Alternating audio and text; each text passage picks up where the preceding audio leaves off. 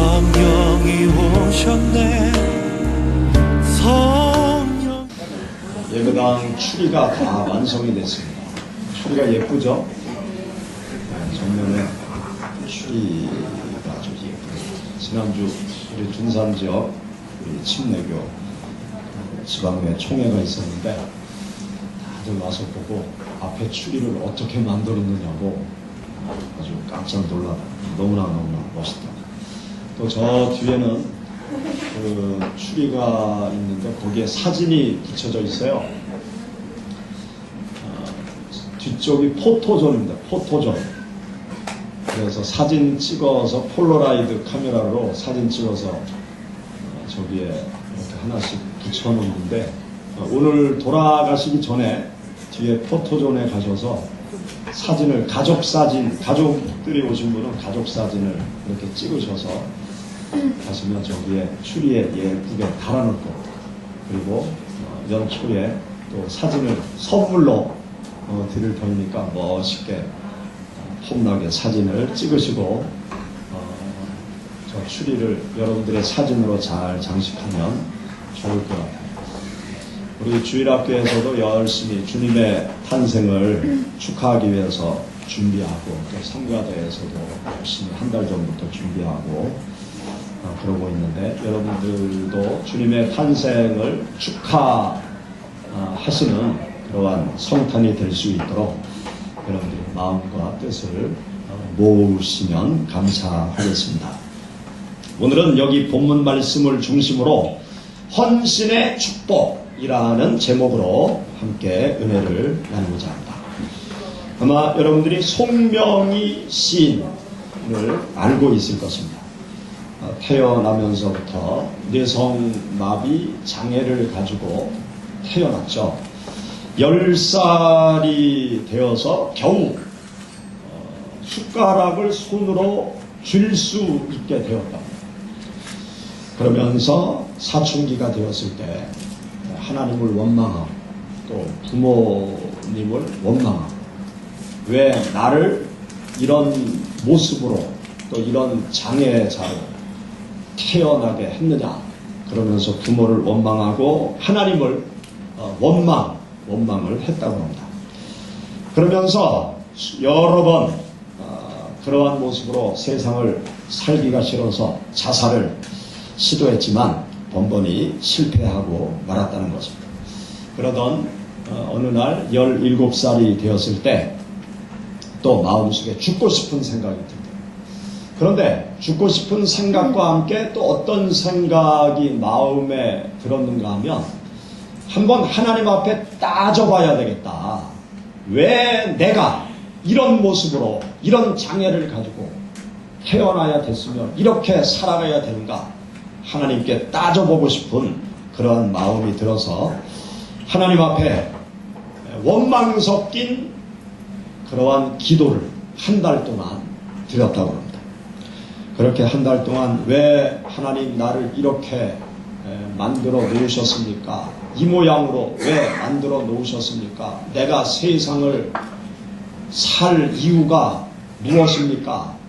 세상 사람들이 나를 다 손가락질하는데 하나님이 계시다면 왜 나를 이렇게 만들어 놓으셨는지 대답 좀 해보십시오. 그러면서 한 달 동안 따지듯이 원망 섞인 기도를 하나님 앞에 드렸다고 합니다. 그렇게 하나님 앞에 한 달 동안 원망 섞인 기도를 드리고 있는데, 어느 날 기도하는 중에 세미한 음성이 들리더래요. 명희야, 내 몸이 온전했다고 하면 네가 나를 찾았겠느냐. 두려워하지 말아라. 내가 너와 함께 할 것이다. 놀라지 말아라. 나는 내 하나님이 된다. 내가 너를 굳세게 할 것이고 내가 너를 붙잡아 주리라. 이사야 41장 10절의 말씀이 자기 귀에 하나님께서 그 말씀을 통해서 말씀하시는 하나님의 말씀을 듣게 되었다는 것입니다. 그 말씀을 들으면서 비로소 하나님이 살아계시고 또 하나님이 나를 사랑하신다는 사실을 깨닫게 되었다는 것입니다. 그러면서 하나님 앞에 기도하면서 하나님께서 주시는 영감을 쫓아서 그 송명희 시인이 많은 시를 남겼습니다. 그리고 그의 시가 또 찬송으로 시중에 많은 교회 사람들이 부르고 있습니다. 이런 송명희 시인에게 어느 날 기도하는데 하나님께서 말씀하시더래요. 대중 앞에 서라. 대중 앞에 서서 너는 나의 말씀을 많은 사람들에게 선포해라. 라는 그런 하나님의 음성이 들리더래요. 그때 송명희 시인은 하나님, 내가 무슨 말을 하겠습니까? 내가 말 한마디 하려면 아주 온 땀을 흘리면서 말 한 문장 얘기하는데 너무너무 내가 사력을 다해서 말을 해야 한 문장을 억지로 말하는 나에게 어떻게 대중 앞에 서라고 말씀하십니까? 나 같은 몰골을 하고 대중 앞에 서면 사람들이 나에게 손가락질을 하지 않겠습니까? 나를 보고 무슨 은혜를 받고 내가 몇 마디 하기도 힘든데 내가 하는 말을 듣고 무슨 은혜를 사람들이 받겠습니까? 그러면서 하나님, 나는 도저히 할 수 없습니다. 할 만한 사람에게 하나님 말씀하세요. 그러면서 처음에는 거절했다고 합니다. 그런데 기도할 때마다 하나님께서 계속 청중 앞에 서라. 청중 앞에 서면 내가 일을 할 것이다. 그렇게 하나님께서 말씀하시고요. 교회에서 간증 집회 초청 의뢰가 들어오기 시작했다. 그래서 마음속에 고민을 하다가 용기를 내어서 그러면 하나님께서 나보고 청중 앞에 서라고 하시니까 하여튼 하나님께서 책임지십시오. 나는 아무것도 할 수 없는 사람인 거 잘 아시니까 하나님 책임지세요. 그러면서 교회 간증 집회 초청에 응하게 되었다. 많은 사람이 모여있는 곳에 서서 정말 땀을 흘리면서 한 문장을 아주 억지로 아주 떠듬 하나님께서 나를 사랑하십니다. 하나님께 감사드립니다. 이 말을 땀을 팍 흘리면서 아주 더듬 말을 요 한 문장을 하고 나니까요. 교회에 있던 성도들의 눈이 아주 동그라지면서 다들 감동을 받더라는 거예요. 감동을 받고 은혜를 받고 그 많은 성도들이 회개를 하고 하나님과의 관계를 회복시켜가는 그 모습을 집회 때마다 보게 되었다는 것입니다. 이 송명희 시인이 하나님의 말씀에 순종하고 하나님의 일을 할 때 하나님께서 자기를 통해서 일하시는 것을 본인이 보게 되었던 거예요. 그리고 하나님의 축복과 은혜를 계속 받게 된 것입니다. 송명희 시인은 하나님의 명령 앞에서 어려운 순종의 결단을 내린 거예요. 순종할 때 송명희 시인의 삶은 빛나기 시작했습니다. 그의 삶에 활력이 생기기 시작했고 하나님께서 그의 삶을 영적으로 육적으로 축복하시는 그 하나님의 놀라운 은혜를 경험하게 된 것입니다. 사랑하는 여러분, 우리가 인생을 살아갈 때 내가 무엇을 가지고 있느냐, 얼마나 많은 것을 가지고 있느냐보다 더 중요한 것이 있어요. 그것은 무엇인가 하면 내가 어떻게 사느냐, 무엇을 위해서 사느냐, 누구를 위해서 사느냐가 더 중요한 것입니다. 사랑하는 여러분, 2014년을 여러분 어떻게 보내셨습니까? 이제 며칠 안 남았는데 2014년 여러분 어떻게 보내셨습니까? 또 다가오는 2015년 여러분 어떻게 살려고 지금 계획을 하고 계십니까? 오늘 우리가 함께 읽은 여기 본문 말씀은 동정녀 마리아의 몸을 통하여 인생들을 죄악에서 구원하신 예수 그리스도의 탄생하신 사건을 기록해 놓은 말씀이 본문의 말씀입니다. 하나님께서는 세상을 구원할 계획을 가지고 계셨어요. 예수 그리스도를 세상에 보내셔서 죄악 가운데 빠져있는 세상 모든 영혼을 구원하고자 하시는 하나님의 뜻과 계획을 가지고 계셨습니다. 이 하나님의 세상 구원의 뜻과 계획을 누구에게 하나님께서 알려주셨는가 하면 마리아에게 하나님의 뜻과 계획을 가브리엘 천사를 통해서 알려주셨어요. 하나님께서 가브리엘 천사를 통해서 마리아에게 알려주신 소식은 마리아에게 아주 충격적이고 아주 당혹스럽고 쉽게 응할 수 없는 하나님의 계획이었어요. 하나님께서 마리아에게 어떤 말씀을 가브리엘 천사를 통해서 하시는가 하면 너를 통해서 세상을 구원할 예수 그리스도께서 탄생하실 것이다. 아주 엄청난 충격적이고 놀랍고 쉽게 응할 수 없는 그러한 하나님의 계획을 마리아에게 말씀하셨어요. 하나님의 계획은요, 결혼을 앞둔 약혼한 마리아의 몸을 빌려서 예수 그리스도를 탄생시키시겠다는 것이에요. 결혼을 앞둔 처녀가 잉태하게 된다고 하면 어떻게 되겠습니까? 약혼자의 아이가 아닌 다른 아이를 잉태하게 된다라고 그러면 어떻게 되겠어요? 한마디로 말하면 죽음이죠. 집에서 쫓겨날 것이고 또 바로 파혼을 당할 것이고 또 성경시대 당시 풍습은 돌에 맞아 죽임을 당하는 그러한 풍습이 있었기 때문에 바로 부정한 여인으로 취급받아서 돌에 맞아 죽을 수밖에 없는 그러한 위험한 일인 것입니다. 여러분 같으면 이러한 하나님의 계획을 들었을 때 어떤 반응을 보이셨겠습니까? 만약에 내 딸에게 이러한 하나님의 계획이 전달되어졌다라고 그러면 여러분 어떤 반응을 보이시겠습니까? 저 같으면 그렇게 할 수 없습니다. 도저히 이것은 받아들일 수 없습니다. 허락할 수 없습니다. 하나님의 일이라 할지라도 하나님 이건 안 됩니다. 다른 사람한테 시키십시오. 그렇게 말할 것 같아요. 그러나 여기 성경 말씀을 보면은요, 마리아는 모든 위험을 무릅쓰고 하나님을 위해서 헌신하기로 봉사하기로 결심을 하죠. 그리고 하나님의 뜻과 계획에 순종의 결단을 마리아가 내리게 됩니다.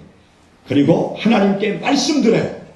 여러분 본문 말씀 38절의 말씀 우리 다시 한번 다 같이 읽어보시죠. 마리아가 이르되 내게 이루어지이다 하매 천사가 떠나니라. 여기 보면 주의 여종이오니 말씀대로 내게 이루어지이다. 주의 여종이오니 말씀대로 내게 이루어지기를 원하나이다. 그러한 순종의 결단을 마리아가 하나님 앞에 보이게 됩니다. 사랑하는 여러분, 마리아의 삶을 놓고 우리가 한번 생각해 볼 필요가 있어요. 마리아가 하나님을 위해서 순종과 헌신의 길을 걸어가고자 하는 결단을 내릴 때 마리아에게 어떤 일들이 펼쳐졌는지 여러분 한번 성경을 가만히 생각해 보시기 바랍니다. 마리아가 하나님을 위하여 순종과 헌신의 길을 걸어가고자 결단을 내릴 때 마리아에게 어떤 일이 일어나는가 하면요, 첫째로는 하나님의 뜻과 계획이 마리아를 통해서 이루어집니다. 하나님의 세상 구원의 그 놀라운 계획이 누구를 통해서 이루어지는가 하면 마리아를 통해서 이루어져요. 마리아가 순종의 결단을 하는 순간 이 마리아는 누구의 일에 동참하게 되는가 하면 하나님의 거룩한 일에 동참하는 영광스러운 그러한 존재가 되어져요. 그리고 자기 앞에 펼쳐지는 놀라운 하나님의 역사하심, 하나님의 계획하심, 하나님의 뜻이 이루어지는 것을 마리아는 경험하게 되어져요. 독생자 예수 그리스도를 품에 안는 놀라운 하나님의 역사하심을 그가 경험하게 됩니다.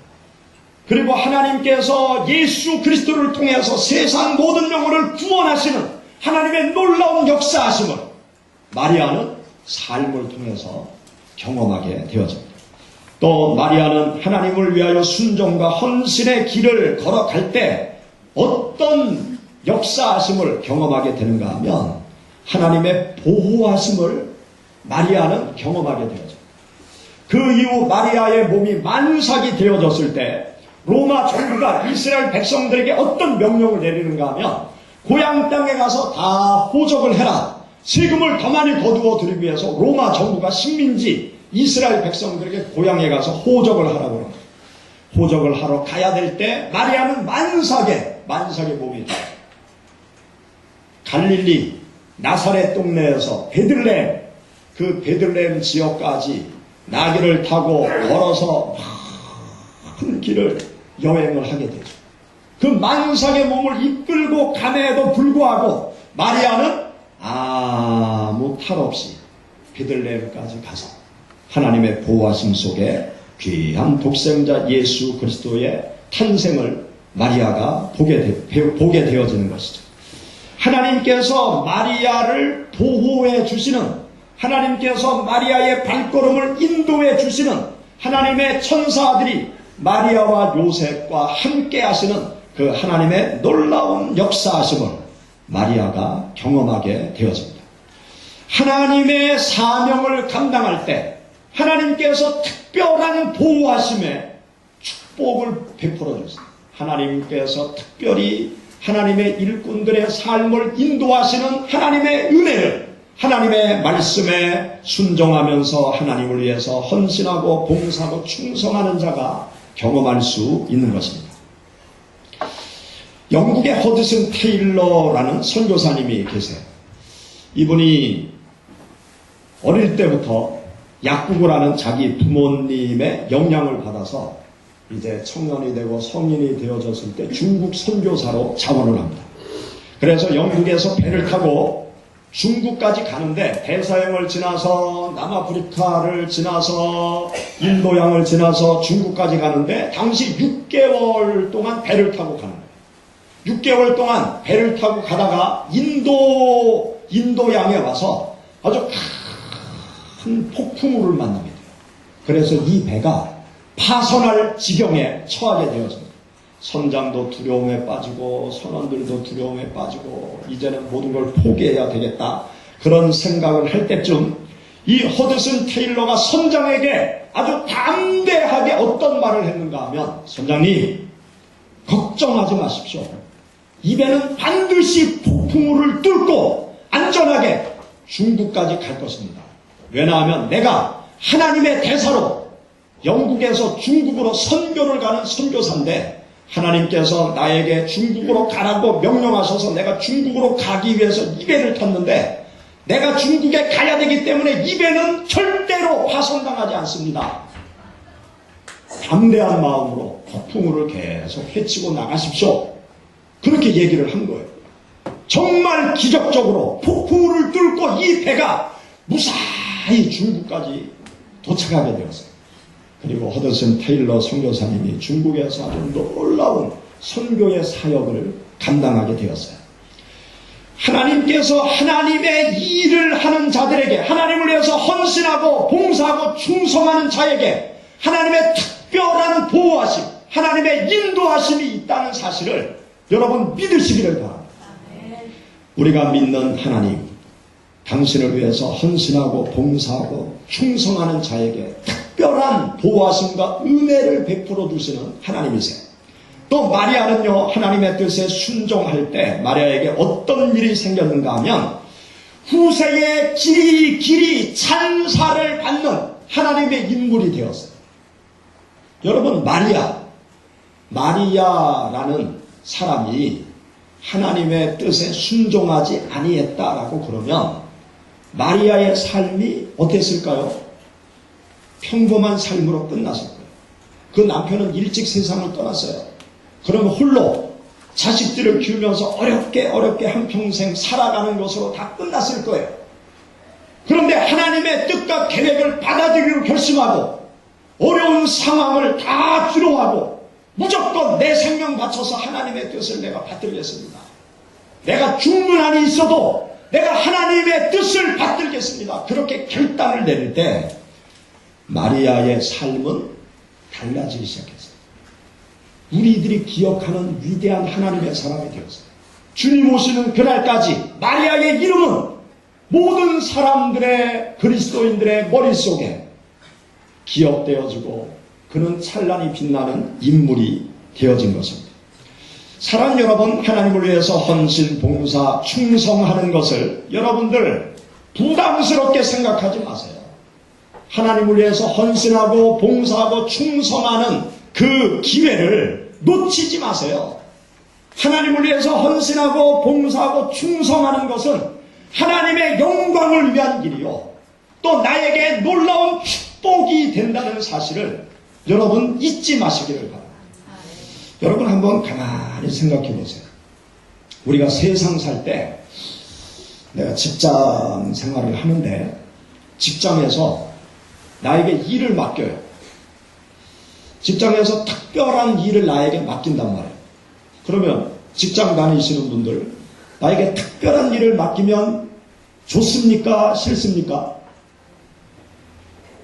우리 성가대 직장 우리 맨 뒤에 남자, 우리 직장 다니시는 분들, 특별한 일을 맡기면 좋아요, 나빠요?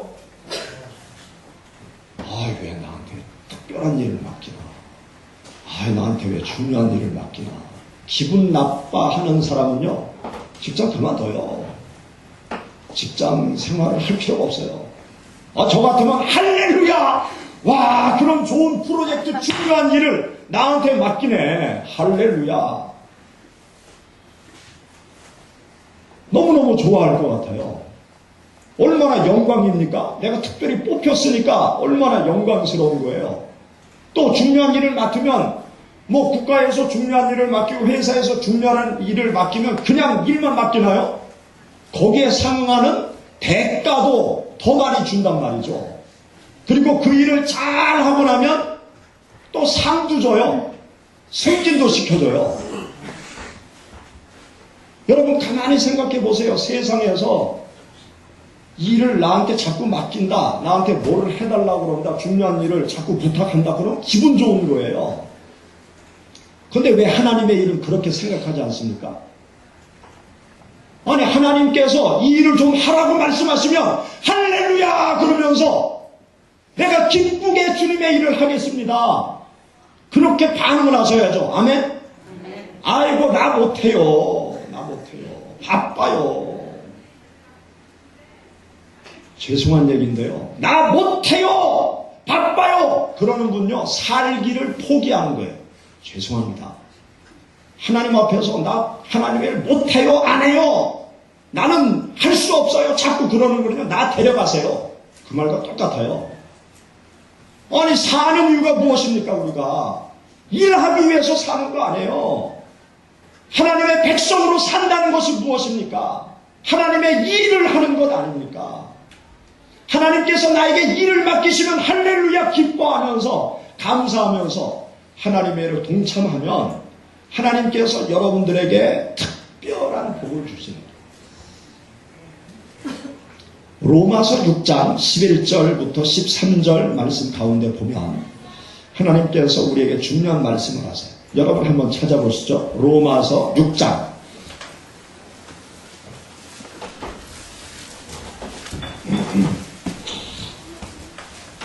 로마서 6장 우리 다같이 봉독, 6장 11절부터 13절 다같이 봉독하시죠. 이와 같이 너희도 너희 자신을 죄에 대하여는 죽은 자요 그리스도 예수 안에서 하나님께 대하여는 살아있는 자로 여길지어다. 그러므로 너희는 죄가 너희 죽을 몸을 지배하지 못하게 하여 몸의 사욕에 순종하지 말고 무기로 죄에게 내주지 말고 오직 너희 자신을 죽은 자 가운데서 다시 살아난 자 같이 하나님께 드리며 너희 지체를 의의 무기로 하나님께 드리라. 아멘.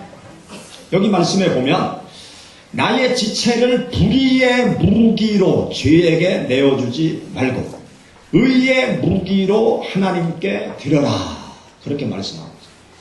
나의 삶을 죄에게 주지 말고 의로운 하나님께 드리라는 거예요. 나의 삶을 하나님을 위해서 드리고 세상을 위해서 살지 말라는 거예요. 여러분, 나의 삶을 하나님께 드리지 않으면 마귀가 나의 삶을 세상으로 끌고 가요. 내가 세상 것을 기로하고 하나님을 붙잡으면 세상 것이 멀어지면서 하나님의 의를 위해서 우리가 살아갈 수 있습니다. 내가 하나님을 위한 시간을 내어놓지 않으면 나의 시간은 세상 것을 위해서 써버리게 되는 거예요. 하나님을 위해서 물질을 쓰지 아니하면 세상 것을 위해서 물질을 쓰는 거예요. 나의 재능을 하나님 앞에 드리지 아니하면 세상 것을 쫓아갈 수밖에 없습니다. 여러분, 하나님을 믿는 신앙의 삶을 살아갈 때 여러분들의 건강을 하나님을 위해서 드리시기를 바랍니다. 아멘? 여러분들의 건강한 몸을 하나님을 위해서 드리세요. 내 건강을 하나님을 위해서 드리는 게 무엇일까요? 교회, 청소 담당이 있다. 그러면 내가 몸을 움직일 수 있으니까 얼마나 기뻐요. 교회 와서 할렐루야 감사합니다.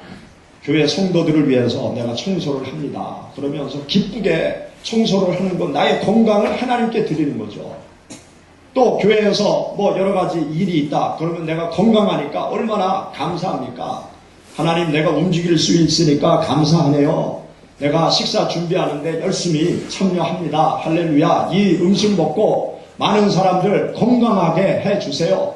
그러면서 기쁨으로 내 몸을 드리는 것, 건강을 드리는 것이죠. 여러분들의 재능을 하나님 앞에 드리시기 바랍니다. 우리 성가대원들 1년 내내 하나님 앞에 찬양으로 영광 돌리잖아요. 찬양에 재능을 가지고 있으니까 하나님을 위해서 드리는 것 아닙니까? 좋은 목소리 가지고 어둡고 침침한 방에 들어가서 쨍하고 해뜰 날 돌아온단다. 그런 사람들 얼마나 많아요. 노래방 가서 노래하는 거 보면 막 빽빽 소리 치면서 나중에 목소리 다 쉬어가지고 아이고 오늘 재밌었네. 아이고 참 재밌었어. 그러면서 나오잖아요.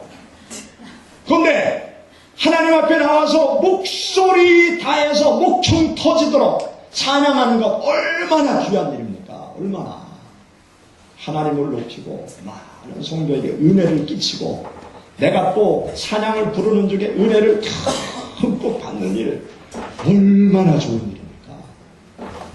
제가 목사가 안 됐으면요 저는 죽기 직전까지 성가대 쓰고 싶어요. 백발이 되고 이빨이 다 빠져도 써주는 그날까지 찬양대에서 찬양을 하고 싶어요. 우리 성가대원님들 백발이 되고 이빨이 빠져도 찬양하시기 바랍니다. 아멘. 여러분 가운데 찬양하기 즐겨 하시는 분 성가대로 오세요. 내년부터. 내 재능을 하나님 앞에 드리는 것, 그것을 아까워하지 마세요. 내가 가르치는 은사, 가르치는 재미가 있다. 그런 분은요 교사로 교회 안에서 활동하세요. 가르치는 재미가 있다. 다른 사람을 잘 가르친다. 그런 분들은 교회 안에 주일학교, 학생회, 또 여기 구역, 목장 모임 여러 교사들이 필요한데 그런 가르치는 일에 여러분들의 재능을 쓰시기 바랍니다. 또 여러분들의 여가 시간을 하나님 앞에 드리시기 바랍니다. 여가 시간을. 현대인들에게 여가 시간이 더 많이 생겨요. 앞으로 국가 시책도 휴일을 많이 주려고 해요. 여가 시간을. 그 여가 시간 동안 재창조를 위해서 공부를 하라. 그런 의미로 쉬면서 새로운 공부를 할 기회를 주기 위해서 여가 시간이 점점 많아져요. 근데 여가 시간이 점점 많아지는데 이 여가 시간을 어떻게 사용하느냐 한번 가만히 생각해 보세요. 나에게 주어진 여가 시간을 어떻게 쓰고 있느냐. 여러분 미래를 준비하는데 그 시간을 쓰시고요. 또 나머지 여가 시간은 하나님을 위해서 여가 시간을 쓰시기 바랍니다. 여러분들에게 주어지는 많은 시간들을 하나님을 위해서 드릴 수 있기를 바랍니다. 또 여러분들의 물질도 하나님 앞에 드릴 수 있기를 바랍니다. 나에게 있는 물질을 가지고 하나님을 위해서 헌신하고 봉사하고 충성하는 삶의 길로 나아갈 수 있기를 바랍니다.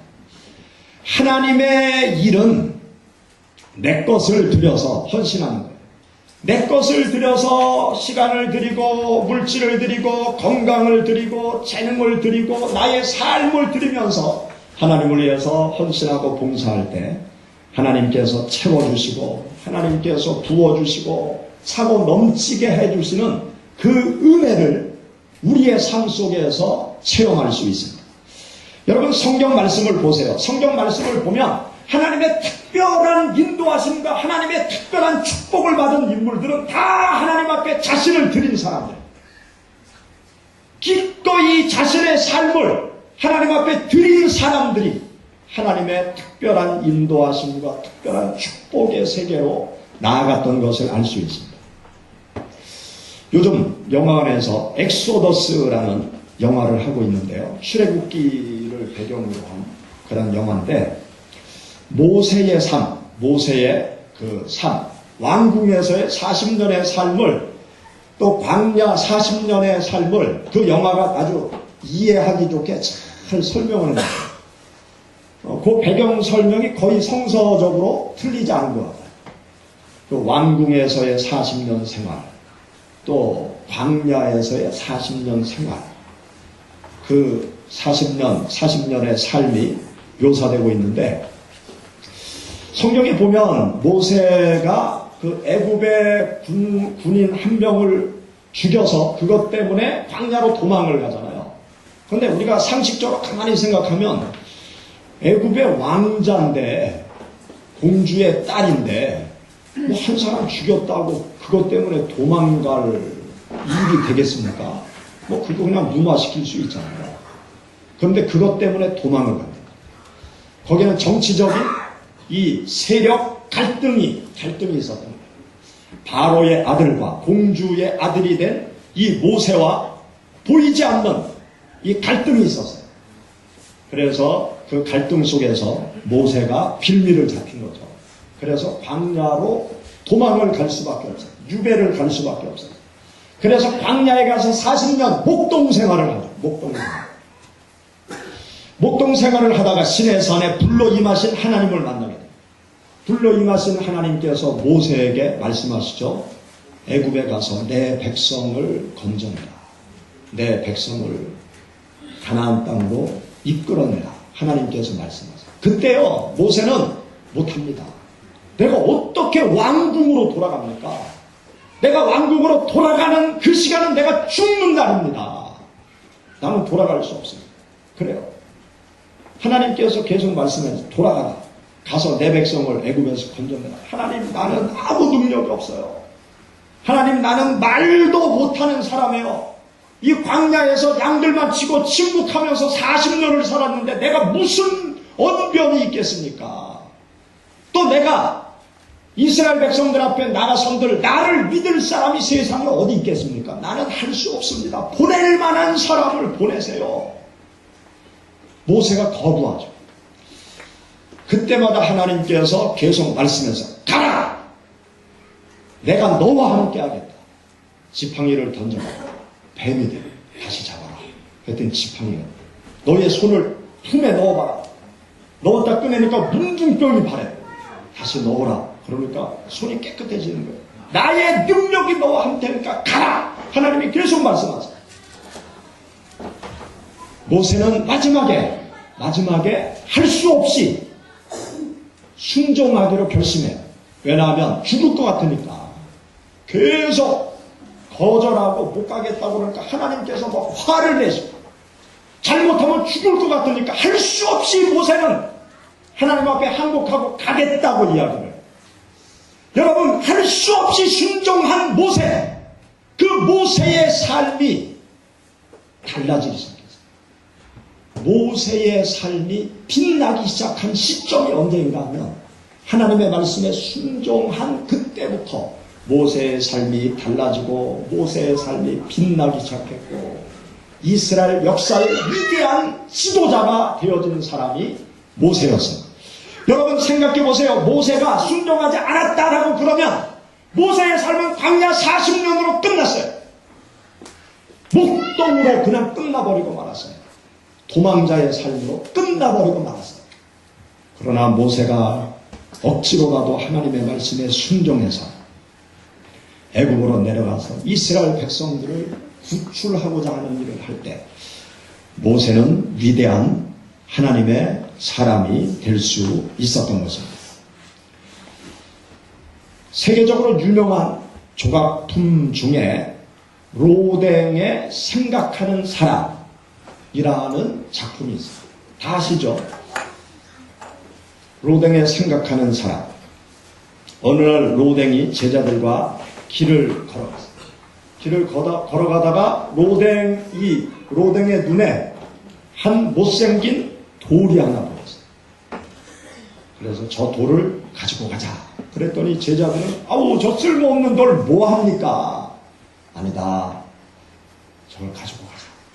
그래서 로댕이 그 돌을 가져다가 아주 멋진 세계적인 유명한 생각하는 사람이라는 작품을 만들었어요. 여러분 이 이야기를 한번 바꾸어서 여러분 생각해 보세요. 내가 돌이라고 생각해요. 돌. 아주 못생긴 돌로 내가 길 한쪽 구석에 이렇게 쓰러져 있는데 어느 날 길을 지나가는 사람이 나한테 다가와서 야, 너 나하고 가자. 내가 너를 아주 멋지게 다듬어 주마. 내가 유명한 조각가다. 그러면서 못생겨서 누워있는 나를 향해서 어떤 조각가가 얘기를 하는 거예요. 그러니까 내가 가만히 누워있다가 못생기다고 생각하고 누워있다가 아 왜 그래요 자꾸 내가 뭘 할 수 있다고 그래요. 아이고 저기 옆에 보세요. 저 옆에 잘생긴 돌이 있으니까 쟤 데리고 가. 쟤가 더 멋있게 할 수 있다고. 나는 못생긴 돌이라 아무것도 못해요. 그러면서 이렇게 계속 누워서 버팅긴다고 그래요. 그러니까 이 사람이 나를 강제로 가자 그러면서 차에 태워서 작품 만드는 작품실로 가서 나를 막 여기저기 막 쪼개고 놨더니 와 세계 모든 나라 사람 와 이렇게 훌륭한 작품이 있나. 야 멋있다 이 돌 생각하는 사람. 그러면서 지금까지 박수를 치는 거 아닙니까? 여러분 생각해 보세요. 지금 나의 삶의 이 모습 이대로 그냥 계속 살아가면 그냥 이대로 마침표를 찍는 거 아닙니까? 여러분 내일을 모든 사람들은 기대하고 살아가요. 내일은 뭔가 달라질 것이라는 생각을 가지고 소망 가운데 내일을 기다리고 있습니다. 그런데 내일을 소망한다고 내일이 달라집니까? 내일이 좀 더 나은 날이 되기를 소망한다고 내일이 나은 날이 될 수 있습니까? 안 해요. 생각하고 소망한다고 되는 게 아니에요. 내일이 달라지려면 오늘 다른 결단을 내려야 돼요. 다른 발걸음을 한 걸음 내딛어야 돼요. 여러분 지금까지 어떻게 살아오셨습니까? 내일이 달라지기를 원하십니까? 내일의 하나님의 역사하심을 보기를 원하십니까? 내일 하나님의 축복의 세계로 새롭게 경험의 세계로 나아가기를 원하십니까? 하나님 앞에 결단하세요. 하나님이 나에게 요구하시는 것에 순종하고자 하는 결단을 내리시고 하나님께서 원하시는 일에 동참하시기를 바랍니다. 그러면 여러분들의 삶이 그때부터 달라질 거예요. 여러분들의 삶이 지금까지의 삶과는 다른 하나님의 축복, 하나님의 역사하심을 경험하는 그 세계로 여러분들이 나아가게 될 것입니다. 하나님의 부르심에 응할 때, 하나님을 위해서 살아갈 때 여러분들의 삶은 빛나는 삶이 되어질 수 있습니다. 나를 하나님께 드리면 하나님께서 나를 새롭게 빚으신다는 사실을 믿으시기 바라요. 내 건강이 약하면 하나님 앞에 몸바쳐 충성하세요. 그러면 하나님께서 망가진 것을 고쳐주시고 고장나면 고쳐주실 것이고 연약하면 강하게 만들어줄 것이고 부족하면 하나님께서 채워주실 거예요. 사랑하는 여러분, 하나님을 위해서 헌신, 봉사, 충성하시는 여러분들의 삶이 되시기를 축원합니다. 하나님을 위해서 헌신, 봉사, 충성함으로 인해서 하나님께서 부어주시는 축복을 경험하시는 여러분들이 되시기를 축원합니다. 하나님께 헌신하고 봉사하고 충성함으로 여러분들의 삶이 더욱더 빛나시기를 주의 이름으로 축원합니다. 같이 기도하겠습니다. 성령이 오셨네.